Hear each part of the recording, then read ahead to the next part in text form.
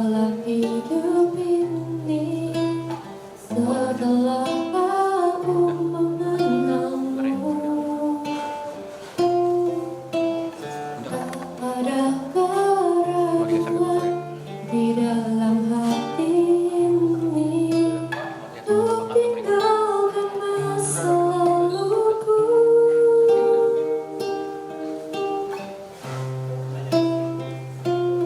Dan mengikuti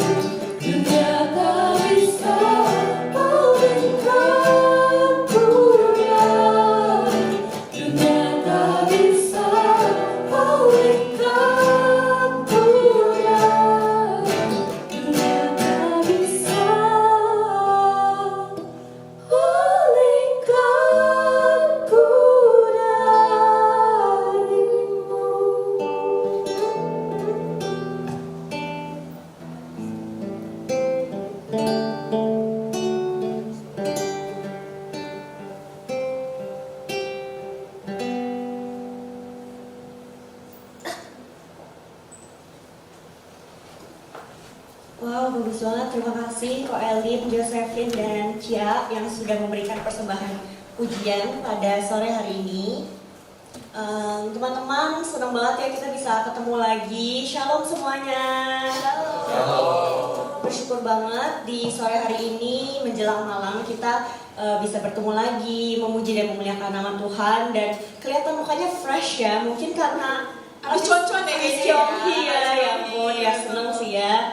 Oke, sebelum kita memulai persekutuan kita pada hari ini, mari kita tundukkan kepala kita dan kita bersama bersatu dalam doa. Bapa yang dalam surga, kami bersyukur dan berterima kasih atas anugerah-Mu pada malam hari ini. Kami bisa berkumpul lagi, bertemu dengan satu sama lain, dan juga bisa memuji memuliakan nama-Mu. Terima kasih ya Tuhan atas setiap anugerah-Mu dalam seminggu ini. Kami bisa bertemu keluarga kami juga, dan kami sekarang bisa bersekutu lagi dengan sesama kami. Kau yang tolong pimpin ibadah ini dan persekutuan ini agar bisa berjalan dengan lancar dari awal hingga akhir. Pimpin yang akan menyampaikan firman Tuhan, dan setiap kami bisa mendapat firman-Nya dan bisa membagikannya kepada sesama kami dan kepada dunia ini juga. Terima kasih ya Tuhan, dalam nama Tuhan Yesus kami berdoa dan mengucap syukur. Amin. Nah teman-teman, menurut aku pribadi topik hari ini nih topik yang unik banget ya. Tradisi versus iman, atau bisa jalan bareng sebenarnya. Nah ini nanti kita akan kulik lebih lanjut lagi dalam firman Tuhan. Tapi sore ini aku mau remind satu hal yang pasti. Hanya Tuhanlah satu-satunya yang layak untuk dipuji dan disembah. Hanya satu namalah yang bisa menyelamatkan setiap kita. Hanya satu namalah yang bisa menyucikan setiap hidup kita, membangkitkan setiap hidup kita. Nama itu nama Yesus Kristus Tuhan, Raja segala raja dan Tuhan segala Tuhan. Mari kita angkat pujian ini dan kita mengangkat kebesaran nama Tuhan.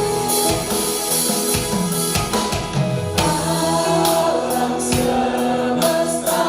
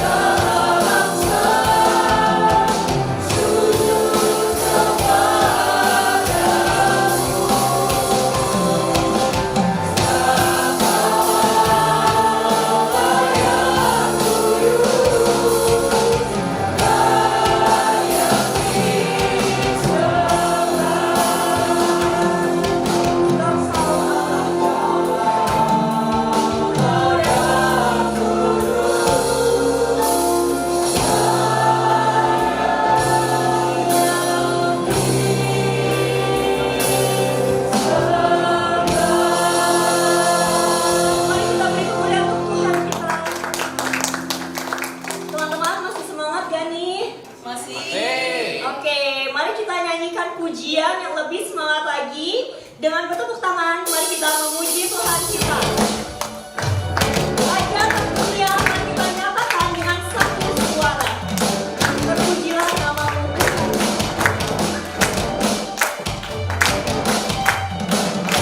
Terpujilah namamu Tuhan. Kuat dan penuh kemuliaan. Satu suara kami nyatakan. Kebesaranmu tetap selamanya. Terpujilah namamu Tuhan.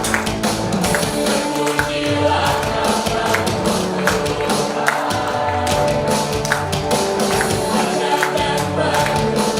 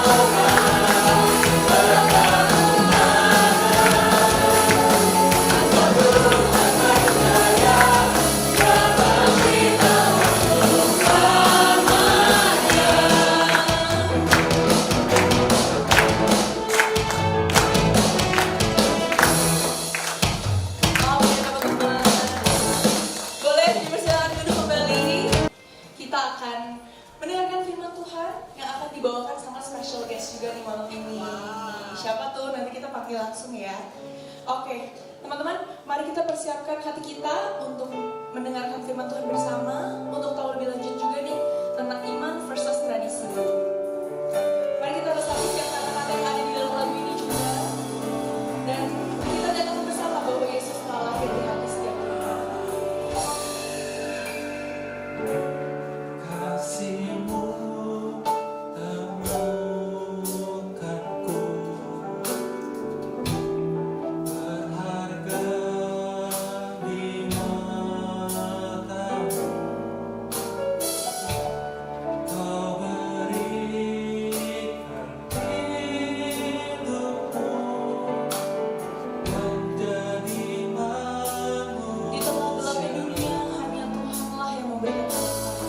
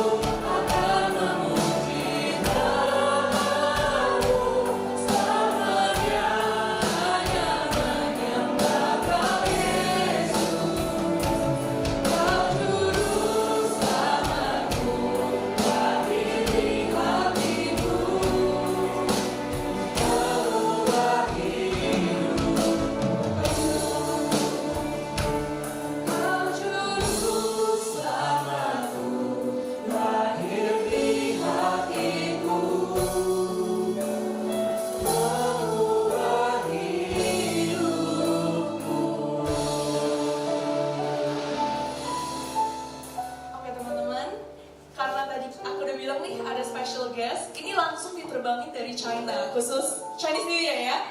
Kita langsung panggil aja Musha Tancho. Tancho, wow. Welcome, Musha Tancho. Cincok. Wah, sudah ya. Selamat duduk, silahkan duduk, rekan-rekan.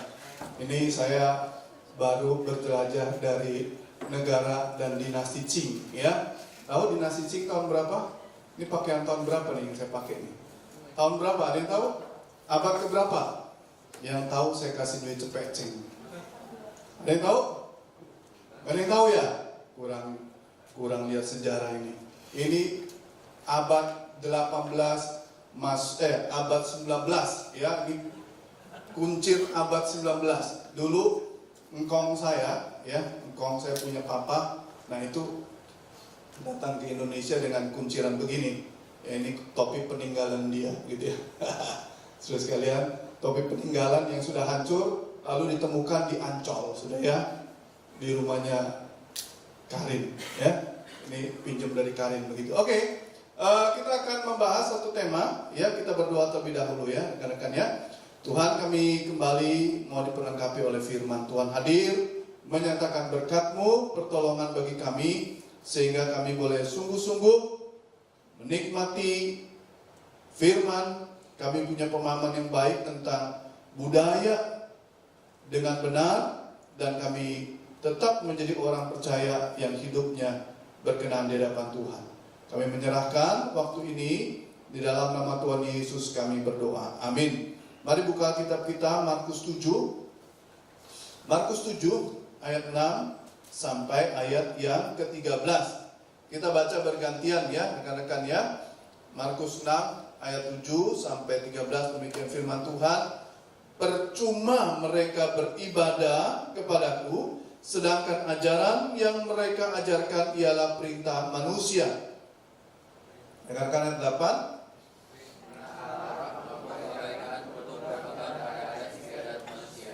Lalu Yesus berkata kepada mereka, sungguh pandai kamu mengesampingkan perintah Allah, supaya kamu dapat memelihara adat istiadatmu sendiri.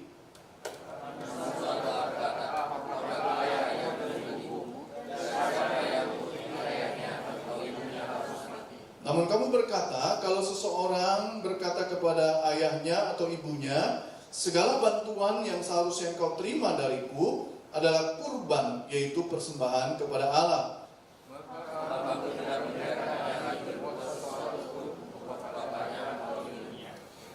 Jadi firman Allah kamu nyatakan tidak berlaku demi adat istiadat yang kamu teruskan itu. Banyak hal yang lagi seperti ini yang kamu lakukan. Nah, ini konteksnya Yesus menegur dengan keras orang-orang di zamannya yang mencoba menggeser firman Tuhan dengan budaya, ya, dengan tradisi mempersembahkan korban bakaran, ya, di satu sisi adalah firman, tetapi dibumbui, ditambahkan dengan banyak istiadat yang akhirnya membuat orang-orang ini tidak lagi mau membantu, mengurus, memelihara orang tuanya. Ini konteksnya. Nah, kita akan lihat hari ini banyak orang Kristen yang juga mungkin terjebak kepada hal ini. Ya, dia melihat tradisi, budaya itu jauh lebih penting daripada dia hidup dalam firman Tuhan. Oke, sebelum lebih lanjut saya akan membahas ini, saya mau tanya sebentar. Di sini siapa yang masih sering bergumul di rumahnya tentang tradisi, ya, tentang budaya Tionghoa, dan itu membuat hati menjadi gelisah? Angkat tangannya, boleh tahu saya? Ada? Nggak ada ya? Ada? Yang kira-kira, Disa Karin. Siapa lagi? Ada lagi? Yang membuat, saya kok guilty feeling nih ya, karena papa mama saya atau orang tua saya atau kakek nenek saya mengatakan ini, tetapi saya harus berpegang pada iman saya. Ada lagi selain Karin? Ada? Nggak ada. Oke, ya, artinya umumnya dari keluarga Kristen yang baik-baik saja. Oke, kita lihat sejenak ya apa tradisi Tionghoa. Saudara, tradisi Tionghoa itu adalah satu tradisi yang panjang, lebih dari 4.000 tahun. Ya, terus kalian lebih tua daripada kekristenan.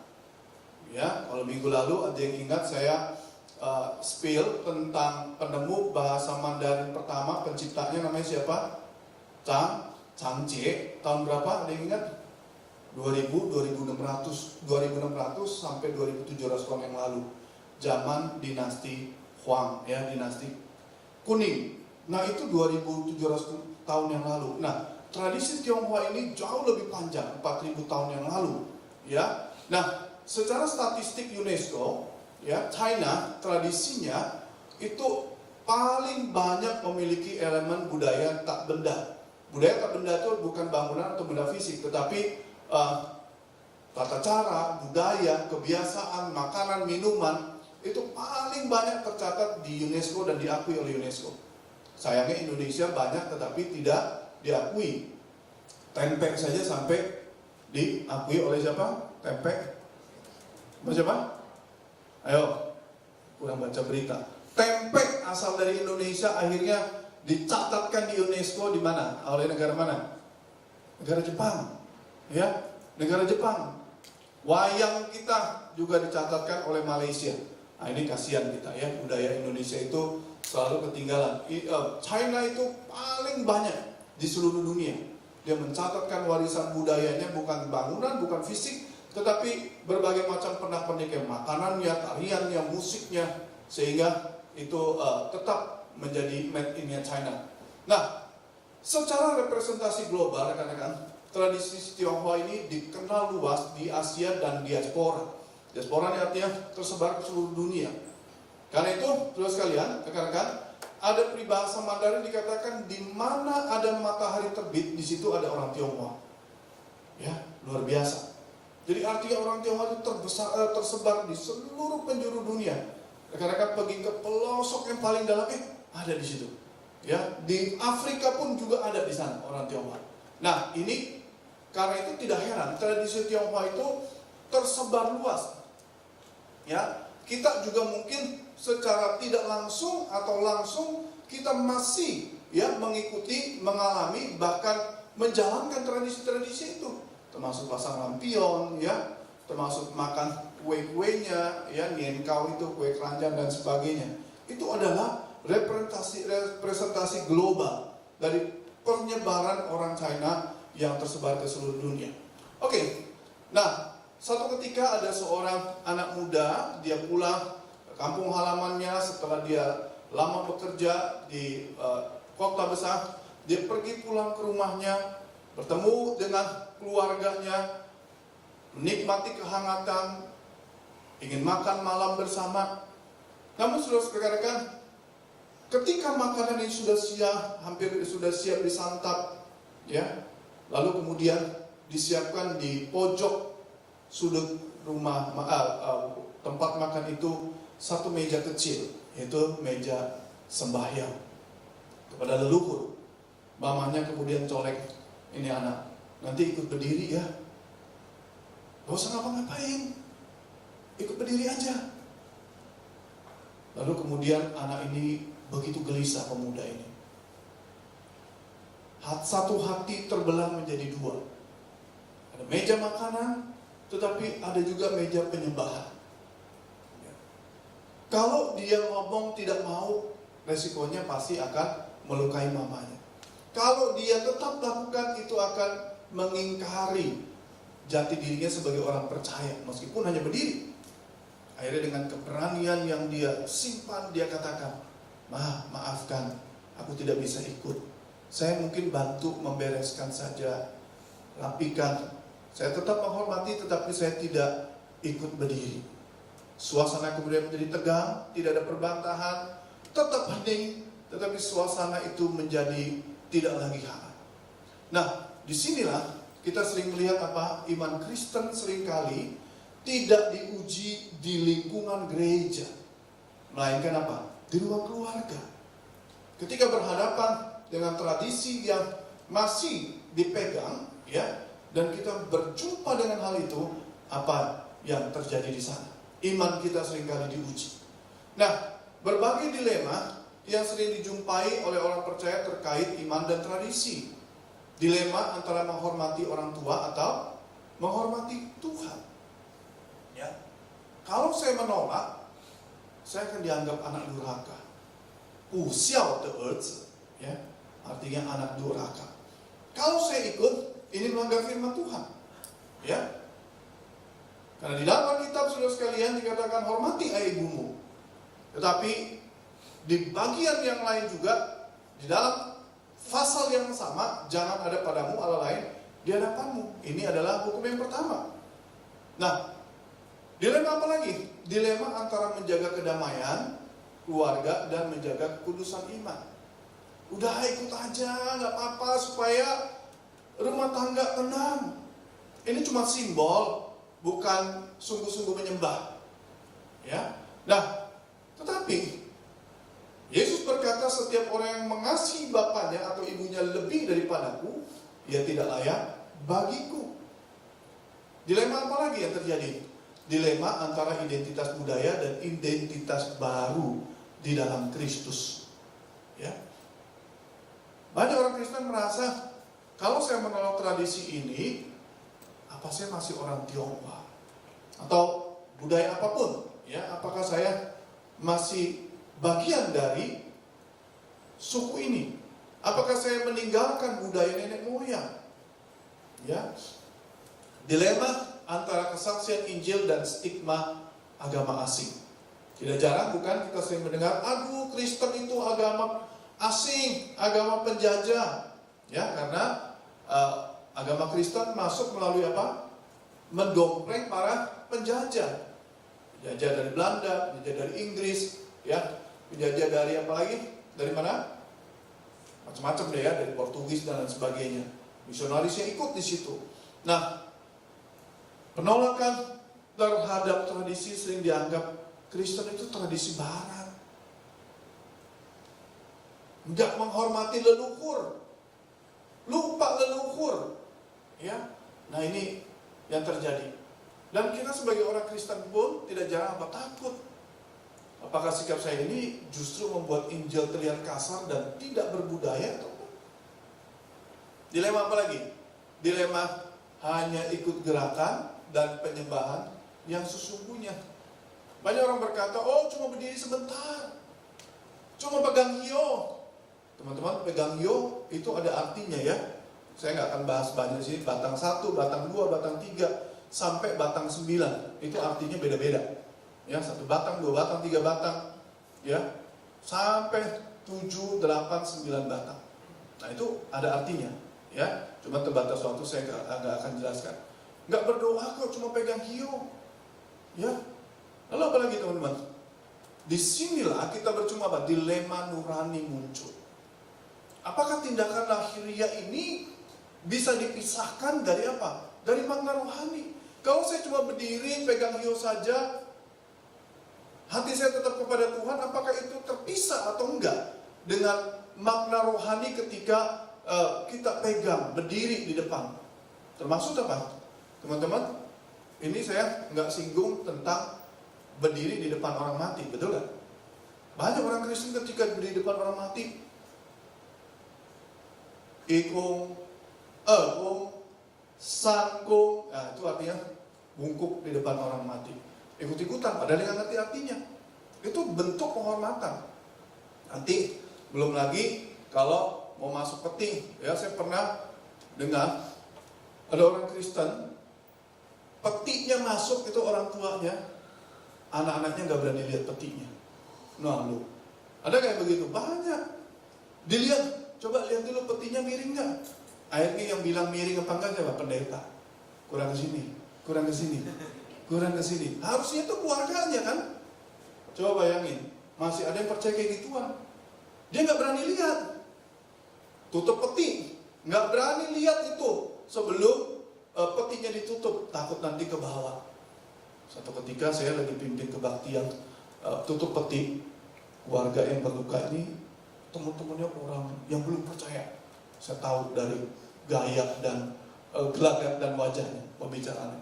Saya sengaja waktu belum tutup peti, saya panggil dulu. Saya persilakan kasih kesempatan foto keluarga. Keluarganya udah gitu panggil teman-teman. Woi, ayo foto-foto. Tahu nggak jalannya gimana? Pada begini, ya. Terus di depan peti nggak berani lihat peti, pada begini semua. dalam hati kurang asem nih, ya. Ada yang begitu tuh. Kalau belum tutup peti, nggak boleh lihat.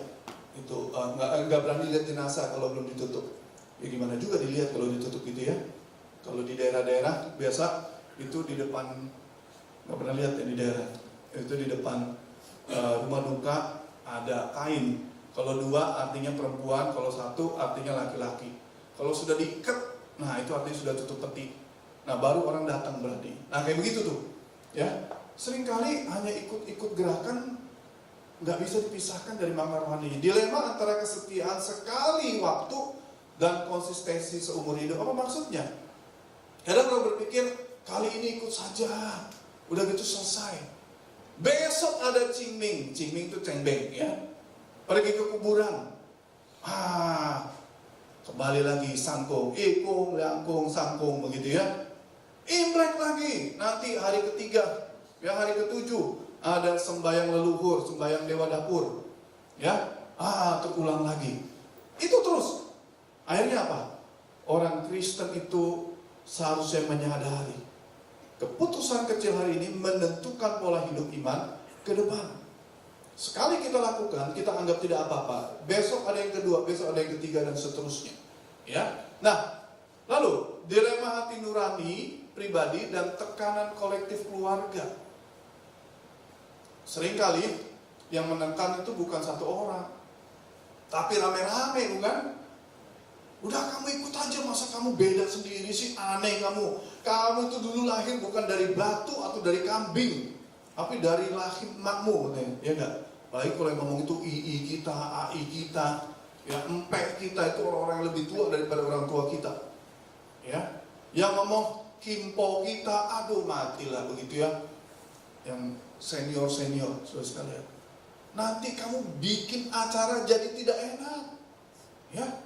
Nah, di titik ini orang Kristen bergumul, apa saya terlalu keras? Atau justru hati nurani saya yang sedang dilatih oleh Tuhan? Ya. Dilema orang Kristen bukan karena kurang kasih kepada keluarga, melainkan karena terlalu serius mengasihi Tuhan. Bagus gak? Bagus. Karena kita terlalu mengasihi Tuhan, maka kita mengalami dilema ini, betul gak? Kalau kita gak mengasihi Tuhan dengan serius, bodoh-bodoh amat, ya. Mau tunduk 7 kali, mau guling-guling juga gak apa-apa, begitu ya. Ketaatan memang tidak selalu nyaman, tetapi ketaatan selalu bernilai di hadapan Allah. Oke, kita harus lebih taat kepada Allah daripada kepada manusia. Nah, sekarang kita akan masuk kepada bagaimana kita, ya, saya banyak skip tadi bahannya sebenarnya saya siapin lebih banyak, tapi karena waktu saya cuma diberi berapa? 30 menit, ya, paling maksimal. Jadi saudara sekalian saya skip. Nah, bagaimana kita melihat tradisi secara benar? Apa yang boleh dan tidak percaya, ini boleh dan tidak. Wah, ini salah nih, saya langsung kategori 2. Ya. Ya, ini saya ini dulu, bentar ya. Oh, balik nih. Ini harusnya ada yang satu tadi kehapus supaya saya. Nah, kategori yang pertama ya, saya rupanya tadi saya kasih revisi malah kehapus. Nah, saya berikan kategori pertama hal yang boleh dilakukan. Ya, apa itu? Pakai baju merah saat Imlek, makan makanan nienkau. Saudara kalau lihat makanan nienkau itu, tahu nienkau nggak? Kue keranjang itu juga ada tradisinya. Ya, itu adalah makanan yang dipersembahkan kepada dewa dapur. Ya, supaya jadi dewa dapur itu setiap setahun sekali dia naik pada Huangti, ya, itu raja daripada segala dewa. Nah, jadi dia akan menghadap Hien itu, ya, yang disebut Tuhan itu raja dari segala dewa. Dia akan memberikan laporan, keluarga ini baik apa enggak, hidupnya benar apa enggak, suka nipu apa enggak, suka menolong orang apa enggak. Nah, karena supaya si dewa ini ngomong yang bagus-bagus, dikasihlah sama dia yang namanya nienkau, kue keranjang, manis bahannya dan juga lengket mulutnya. Jadi dengan tujuan nanti dewa ini ketika ngomong mulutnya lengket, ya susah. Dan ketika dia berhasil ngomong ngomongnya yang manis-manis, itu ceritanya dulu. Ya. Karena itu makan yengkau. Nah, itu boleh kita makan, ya. Karena itu kita tidak percaya begitu-begitu, kita anggap ini adalah warisan budaya. Ya. Kalau Imlek biasanya orang itu tidak boleh pakai baju hitam dan baju putih. Tahu nggak? Nggak tahu ya. Baju hitam, baju putih itu pantangan. Dianggap, aduh, ini orang nggak tahu adat, nggak tahu tradisi. Pembawa sial, saudara bisa diusir dari rumah bagi orang yang tepat. Ya. Tapi, ya kita pakai boleh nggak? Ya boleh aja, cuman sih nggak pas juga begitu ya. Nggak pas juga, ya lagi Imlek pakai baju putih, baju hitam. Biasa tuh dipakai di rumah duka, begitu ya dipakai di rumah duka. Bukan nggak boleh, tetapi tidak pada tempatnya. Boleh, ya.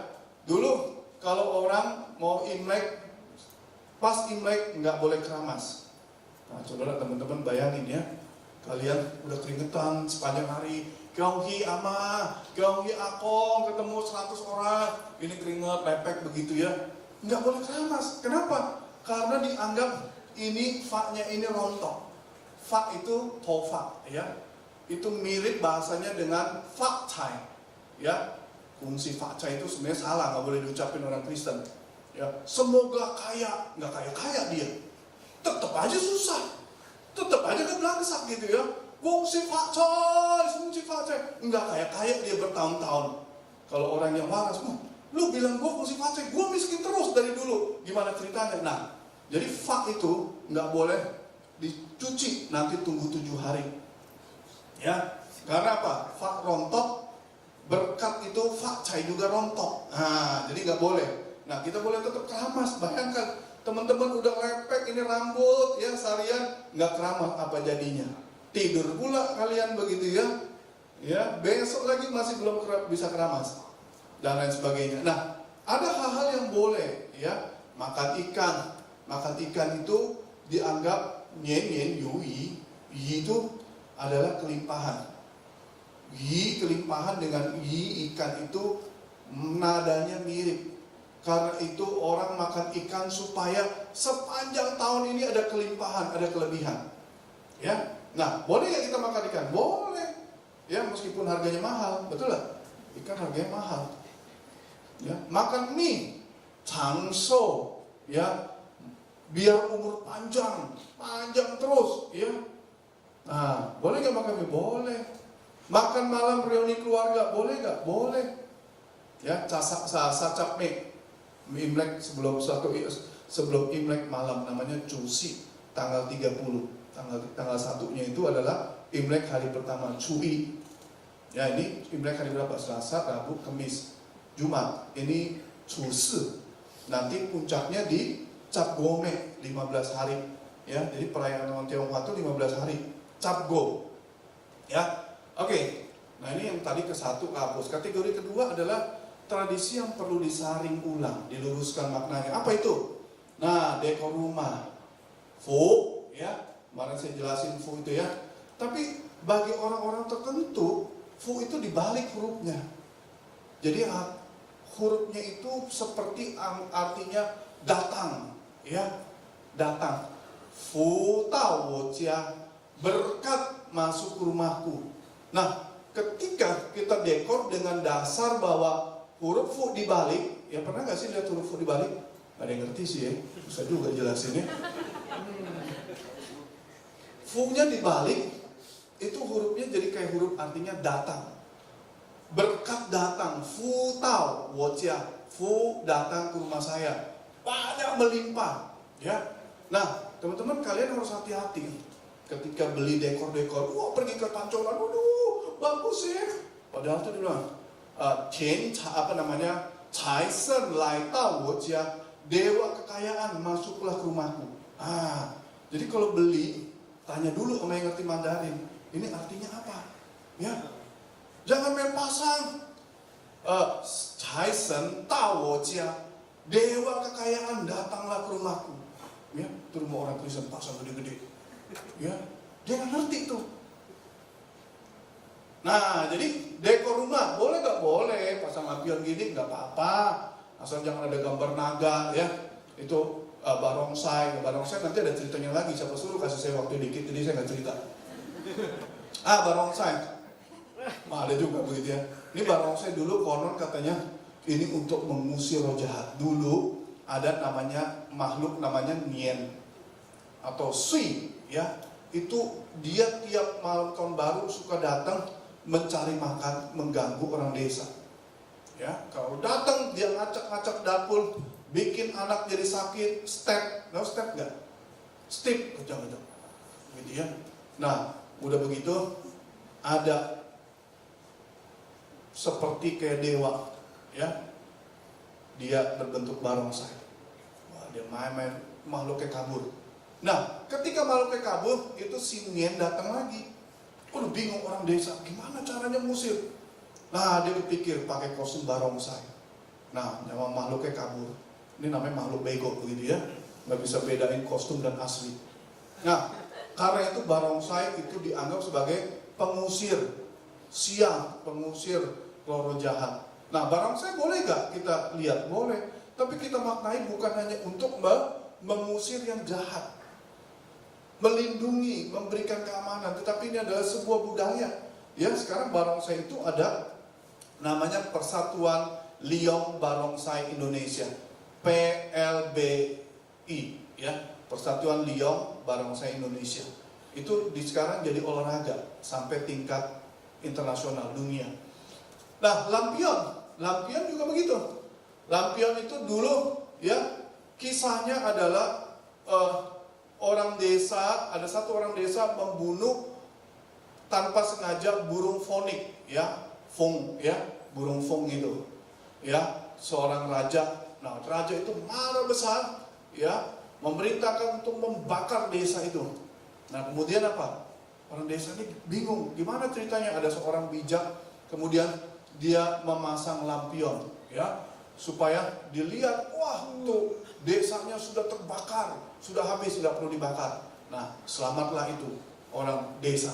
Nah, karena itu setiap Imlek itu dipasang lain namanya lampion. Kita boleh gak pasang? Boleh. Dengan pengertian yang berbeda.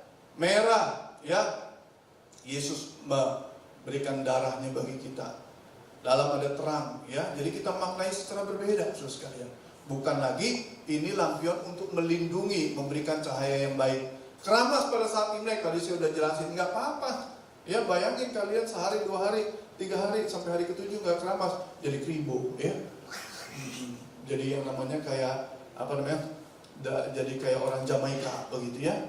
Memakai baju merah, ya, memakai baju merah itu artinya mendatangkan keuntungan. Wah, 5 menit lagi, begitu ya. Oke. Memakan makanan yang sering dikaitkan, ikan, ya, jeruk, itu bukan keruk, jeruk.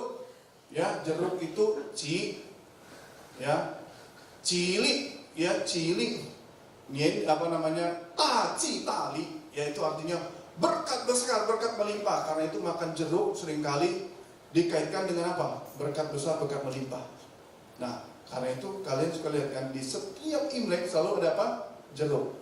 Bukan hanya jeruk yang kecil, tapi juga jeruk yang besar. Apa itu? Pamelo apa pomelo? Hah? Ada yang bilang pamelo, ada yang bilang pomelo, begitu ya. Nah, jeruknya nggak mau ikut jeruk yang gede, ya, supaya berkatnya lebih melimpah. Atau memakan makanan sembahyang. Nah, ini masih kontroversi. Ada yang bilang boleh, ada yang nggak bilang boleh. Siapa yang bilang boleh makan makanan sembahyang? Ayo. Nah, begini, Alkitab mengajari kita apa? Kalau engkau berada di lingkungan orang tidak percaya, di situ disodorkan makanan bekas sembahyang, engkau makan. Ya, 1 Korintus. Tapi kalau orang itu bilang ini bekas sembahyang, makan nggak? Jangan. Kenapa? Karena keberatan hati nurani orang lain, bukan keberatan hati nurani kita. Bagi orang di dalam kita dikatakan apa? Dikatakan apa? Tidak ada Tuhan lain, tidak ada Allah lain, hanya satu Tuhan. Jadi ketika wargamu semua bukan orang percaya, engkau diberikan, ayo makan. Makan nggak? Kalau saya makan. Tapi tergantung sekali lagi hati nuranimu, keberatan hati nurani dan hati nurani orang lain. Ya, kalau orang bilang, oh ini tapi habis bekas sembahyang loh, sudah jangan makan. Karena keberatan hati nurani orang lain. Paham ya? Ini kontroversi memang. Ada yang bilang boleh, ada yang bilang tidak. Saya punya pandangan kalau saya makan aja. Ya. Begitu. Oke. Terus membagi humpau. Nah, ini ada kisah juga, cuman 5 menit lagi nggak jadi deh. Ya, itu ada namanya uang penekan umur sebenarnya humpau ini ya. Cuman siapa suruh cuma 5 menit lagi gitu ya. Kategori 3, tradisi yang tidak boleh dilakukan. Nah, ini yang nggak boleh dilakukan. Tadi dimaknai ulang ya. Harus dimaknai ulang. Ini yang ketiga yang bertentangan dengan Alkitab. Sembahyang leluhur. Ya, biasa sebelum Imlek atau hari ketiga atau hari ketujuh itu ada sembahyang leluhur. Nah, ini yang nggak boleh sama sekali.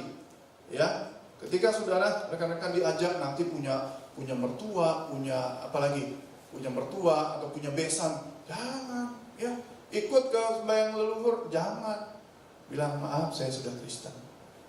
Ketika kita konsisten, orang akan menghargai kita. Tapi kalau kita, ayo boleh lah, nggak enak. Besok kalian akan diajak terus, benar nggak? Saya lah orang percaya. Memegang hiyo, ini juga nggak boleh. Tadi ada 1 batang, 2 batang ya, sampai 9 batang. Membakar kertas sembahyang. Ya, biasa kalau ada keluarga yang berduka, kita diminta ikut kertas, membakar kertas.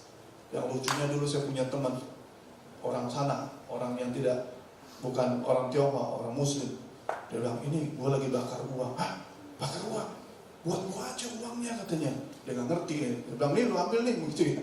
Nah, bakar uang arwah, rumah arwah begitu ya, jangan ya, rumah arwah begitu ya. Boneka kucing juga jangan ya, boneka kucing ada yang tangan kanan, tangan kiri, warna merah, warna putih, itu semua ada artinya. Ya, intinya adalah bicara mengenai memanggil berkat, melindungi diri dari ya roh-roh jahat dan sebagainya.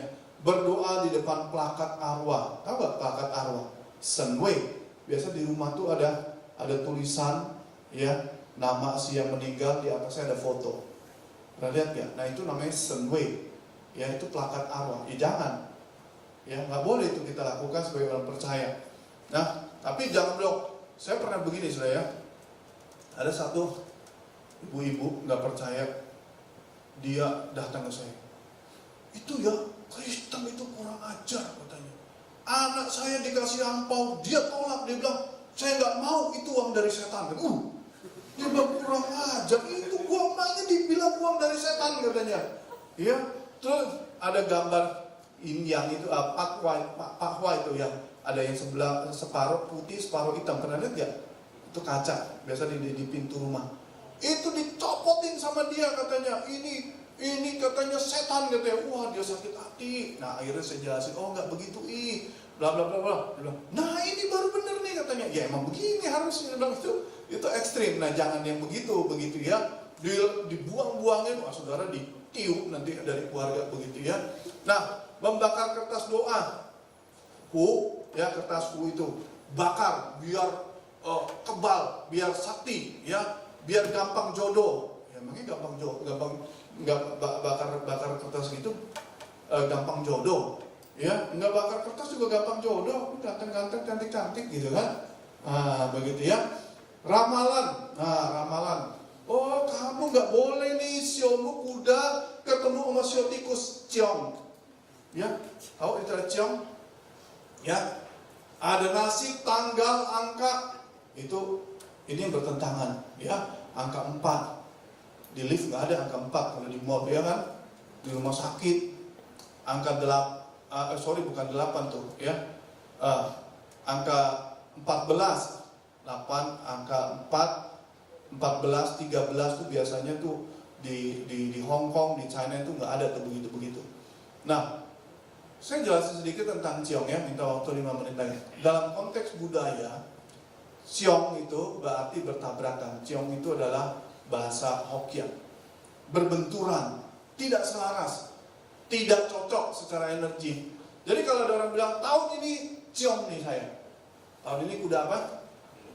Kuda api. Pas sionya saya, ya, saya sio kuda. Jadi hari ini, tahun ini sio saya begitu ya. Nah, tapi saya nggak bilang sio tahun ini ciong. Wah, amsyong lah saya begitu ya. Tahun ini saya ciong sama ini nih, sama tahun kuda. Biasanya tahun kuda sama tahun tikus katanya. Nah, artinya tahun ini sio saya ini bentrok. Saya nggak bisa beruntung nih di tahun ini. Itu ada orang yang masih percaya begitu, nggak selaras. Ciong itu biasanya dikaitkan dengan ini 12 sio itu ya. Yang pertama tuh sio tikus, ya, sio lembu, macan dan seterusnya. Ya, sampai yang paling terakhir sio babi. Dulu katanya ada lomba, ya, lomba antar binatang. Si babi paling karena jalannya pelan begitu ya. Sebenarnya tikus yang ketinggalan dan naik ke badannya si babi, dia lompat. Jadi yang pertama begitu ya. Dia masih tetap selamat begitu ya. Nah, jadi seperti itu. Nah, kalau sio bertabrakan dengan sio tahun berjalan itu disebut Fan Tai Sui, ya, melanggar Tai Sui dewa tahun, ya. Kondisi bentrok ini disebut Sang Xiao Chong, sio yang saling bertabrakan. Nah, kalian ini nanti kalau menikah, nggak tahu, kalau yang sudah percaya ditanya, lu siapa lu? Sio naga. Oh sio naga, oh lu nggak cocok sama anak gue sio kebo katanya. Dia cocoknya mainin. Nah, pening nggak kalian? Pening lah pasti begitu ya. Nah, untung contoh Putri sama Jos nggak tanya sio apa begitu ya. Aman-aman dia, jadi aman-aman baik begitu, lancar jaya begitu ya. Nah, kalau masih ada yang tanya sio, doalah kencang-kencang, ya, panggillah orang yang ngerti sio untuk menjelaskan. Nah, ada tuh begitu tuh ya. Nah, misalnya sio tikus dan kuda dianggap saling ciong, ya, sio naga dan anjing itu dianggap ciong, ya. Nah, orang yang ciong ini dipercaya bisa mengalami apa? Usaha kurang lancar lagi ya, sakit, konflik, kecelakaan. Karena itu ada orang-orang yang akhirnya putus, bubar, ya, gagal maning katanya ya, gagal lagi deh, gara-gara urusan ciong, ya. Nah, kita orang Kristen tentu nggak begitu, ya. Nah, kenapa orang percaya konsep ini? Tradisi turun temurun, pengalaman, pas kebetulan, terbukti tuh kan, gua kata juga apa lu ciong memang. Udah dibilang jangan diturutin, akhirnya dipegang terus menerus. Pengalaman yang kebetulan dianggap bukti. Bias konfirmasi. Kalau ada kejadian buruk dihubungkan deh, ya, dihubungkan. Tuh, rumah lu gak madep ke timur sih, sial deh, ya. Rumah itu harus madep ke barat karena sio lu ini. Nah, kayak begitu. Nah, pusing lah kita kalau udah beli rumah dikaitin begituan, ya. Lalu apa? Kebutuhan rasa aman dan masa depan. Karena ada kebutuhan ini, orang seringkali mengkait-kaitkan dengan apa? Yang bersifat spiritual. Ya, ciong adalah istilah budaya yang berarti bentrok atau tidak selaras menurut sistem astrologi Tionghoa. Ini bukan istilah Alkitab dan bukan bagian dari iman Kristen. Orang percaya tidak diatur oleh sio, orang percaya tidak hidup di bawah energi kosmik. Orang percaya di bawah perlindungan Tuhan. Ingat khotbah saya minggu lalu ya. Bilangan 6 ayat berapa? Udah lupa langsung ya. Susah payah menyiapkan diriku ini. Ayat 22 sampai 27. Nanti jangan dilupa ya. Oke, orang percaya hidup di bawah kedaulatan Tuhan. Oke. Sip, selesai.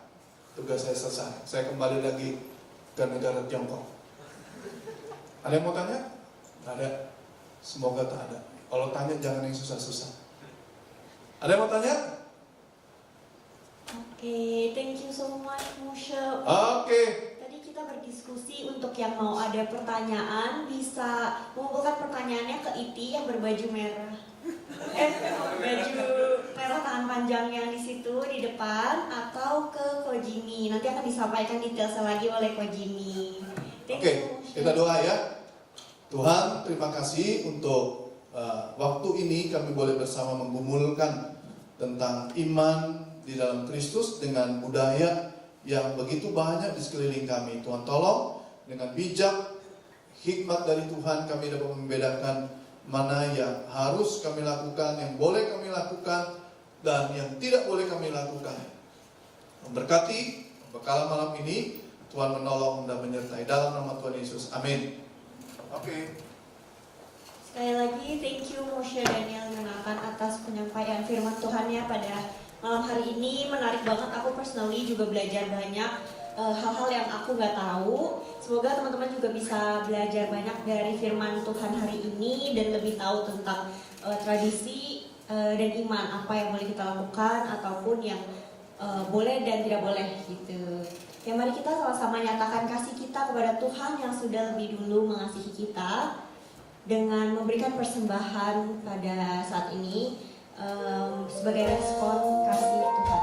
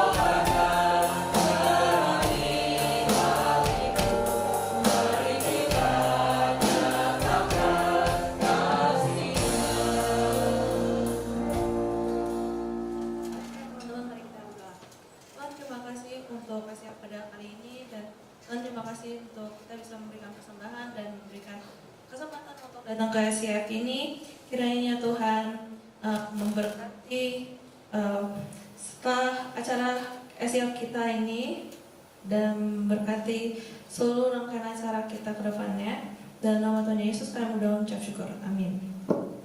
Teman-teman dipersilakan dulu. Kita akan menyampaikan warta-warta. Tapi sebelumnya kita mau menyambut teman-teman yang baru pertama kali hadir. Apakah ada yang baru pertama kali hadir di SCF? Ada deh kayaknya ya.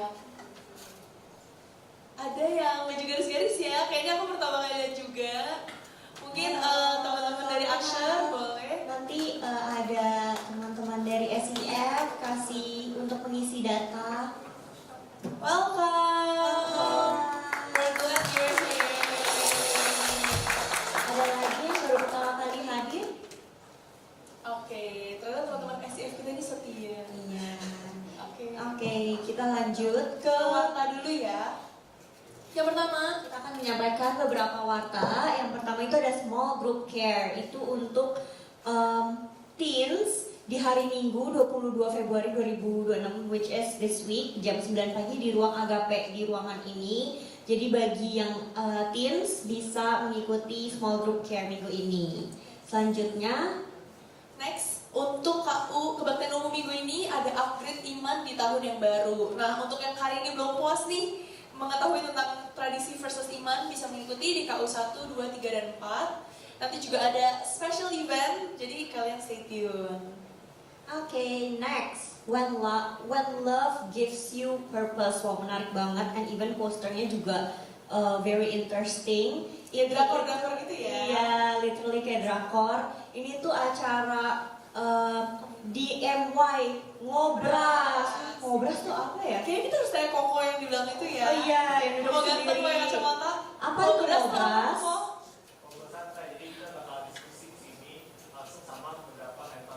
Oke, jadi ngobrol itu ngobrol santai. Nanti juga ada mentor-mentor yang akan mungkin kasih tahu experience-nya ya tentang love gitu. Jadi ini menarik banget ya. Sabtu depan ya teman-teman di ruang 303, which is di bagian ruang di lantai 3. Jam 3.30 sampai jam 6 sore. Oke, lanjut. Next juga upcoming Com Day ada di tanggal 7 Maret, itu ada Pelsos. Ini menarik banget ya, karena nanti kita bareng-bareng bakal masak bareng di gereja dan kita akan bersama bagiin makanan yang kita udah bikin nih. ke orang-orang di mungkin sekitar gereja, orang-orang yang mungkin butuh ya makanan-makanan ini. Jadi ini juga pelayanan sosial yang menurut aku sih penting banget nih untuk setiap kita juga boleh ikut serta ya. Iya, betul Karena banget. memberikan berkat juga nih bagi orang-orang sekitar. Oke. Stay tune dan save the date di tanggal 7 Maret ya teman-teman. Save the date. Yang terakhir ini ada sayembara logo. Jadi bagi teman-teman yang suka desain ataupun interested untuk desain-desain, ini bakal ada competition gitu untuk buat logo. Temanya itu tentang in every season. Oke, bisa lihat Ini di- untuk HUT DMO yang ke-15 ya, bener nggak ya, Fadit?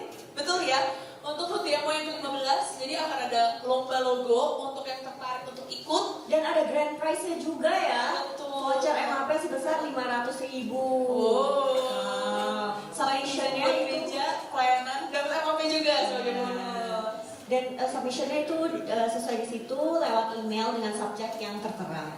Yes. Oke, ada lagi? Oh ya, yang terakhir. SEM April, save the date, April 17, sama jam 6.45 di ruangan ini juga.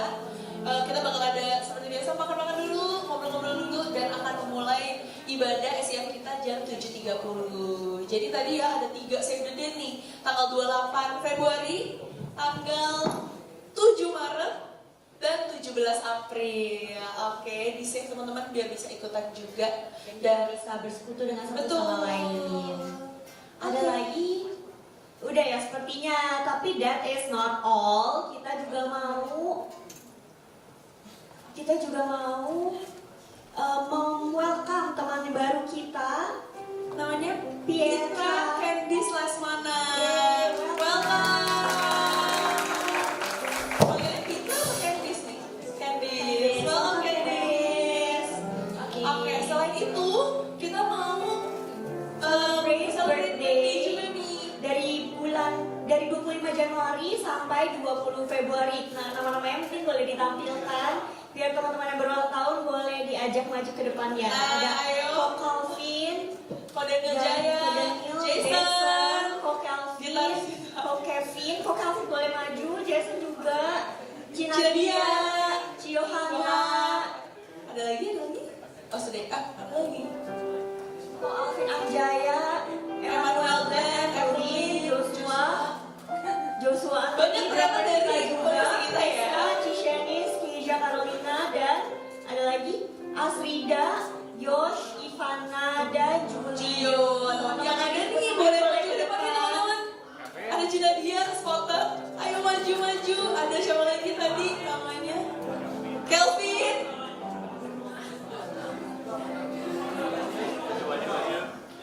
Steve ya? Steve maju. Tim Women. Kalau tim pemusik harus main lagunya ya. Jadi ayo Cina dia, Kelvin, Steve yang ada. Boleh maju ke depan. Siapa lagi yang mungkin teman-teman boleh balik berdiri yuk biar nggak malu. Teman-teman balik berdiri, kita salamin kiri kanan dan juga salamin yang ulang tahun. Oke, ayo kita nyanyi bareng selamat ulang tahun.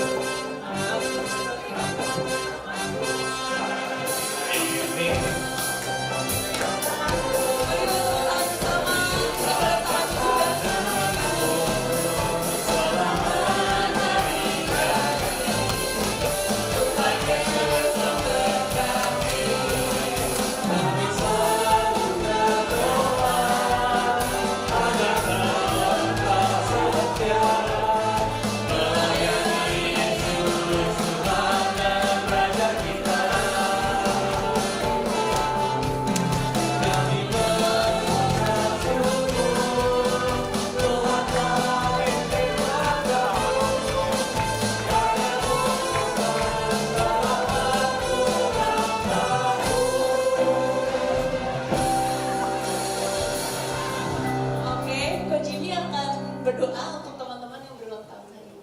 Oke, teman-teman. Nah, kita akan berdoa dulu ya teman-teman. Buat teman-teman kita yang ulang tahun tadi ada cukup banyak. Sorry kalau ada yang kelewat. Ya kita akan sama-sama berdoa ya. Teman-teman juga boleh dukung dalam doa. Sebutin nama-nama yang teman-teman tahu dan ingat ya. Mari kita satu dalam doa. Bapa dalam surga, kami mengucap syukur untuk teman-teman kami ulang tahun ya Tuhan, mulai tanggal 25 Januari sampai dengan sekarang ya Tuhan, untuk Kelvin, untuk Nadia, untuk Jason, ya Tuhan. Terima kasih ya Tuhan, dan teman-teman lain juga yang kami sebutkan satu persatu, ya Tuhan. Berkati dengan usia mereka yang makin bertambah, cinta mereka kepada Tuhan, pengenalan Tuhan, mereka kepada Tuhan pun makin dalam, ya Tuhan. Tuhan juga berkati dalam segala pekerjaan mereka. Tuhan berkati, curahkan berkat-Mu, atau masih kuliah juga Tuhan pimpin, pakai, ya Tuhan, bisa jadi kesaksian bagi Tuhan di tempat kuliah, di tempat kerja juga boleh mereka menjadi saksi Tuhan. Tuhan juga limpahkan berkat-Mu, ya Tuhan, melalui pekerjaan mereka, ya Tuhan. Tuhan juga terus pimpin masa depan mereka, ya Tuhan. Tuhan juga biarlah mereka terus boleh berjalan bersama Tuhan. Tuhan juga sediakan bagi yang mungkin masih jomblo, Tuhan juga sediakan, ya Tuhan, pasangan hidup yang sesuai dengan kehendak-Mu dan dengan waktu-Mu, ya Tuhan. Tuhan juga berkati, berikan mereka juga kesehatan, dan pakai mereka juga menjadi berkat di rumah sebagai anak, ya Tuhan, boleh menjadi berkat bagi orang tua, ya Tuhan. Lagi terima kasih ya Bapa, dalam nama Tuhan Yesus kami berdoa untuk teman-teman kami. Amin. Amin. Teman-teman yang ulang tahun boleh duduk ya. Thank you. Oke, kita akan tutup sebentar lagi. Saya cuma pengen sambut sekali lagi untuk Candice, ya, selamat datang. Candice senang bisa hadir, ya. Terus juga kita berikan aplaus ya teman-teman. Ya. Oke, itu aja ya kelihatannya. Oh ya, satu lagi tadi yang pengumuman tadi yang soal pertanyaan, karena waktu terbatas teman-teman, sorry ya nggak bisa buka waktu tanya jawab. Tapi teman-teman yang mau bertanya nanti boleh kumpulkan pertanyaan, WA boleh ya kepada Kristi ya yang di sini ya di depan, atau kepada saya juga boleh. Nanti kita akan kumpulin ya, nanti kita akan minta Suhu Yo, biasanya kita juga Suhu Yo untuk menjawab ya di Instagram ya, melalui Instagram Youth News. Oke teman-teman, itu aja. Kita sekarang akan tutup di dalam doa untuk SCF kita pada malam hari ini. Ya, kita nanti untuk doa berkat saya akan minta Suhuyo atau Kodamyo untuk boleh maju ke depan memberikan berkat ya. Kita doa tutup dulu ya.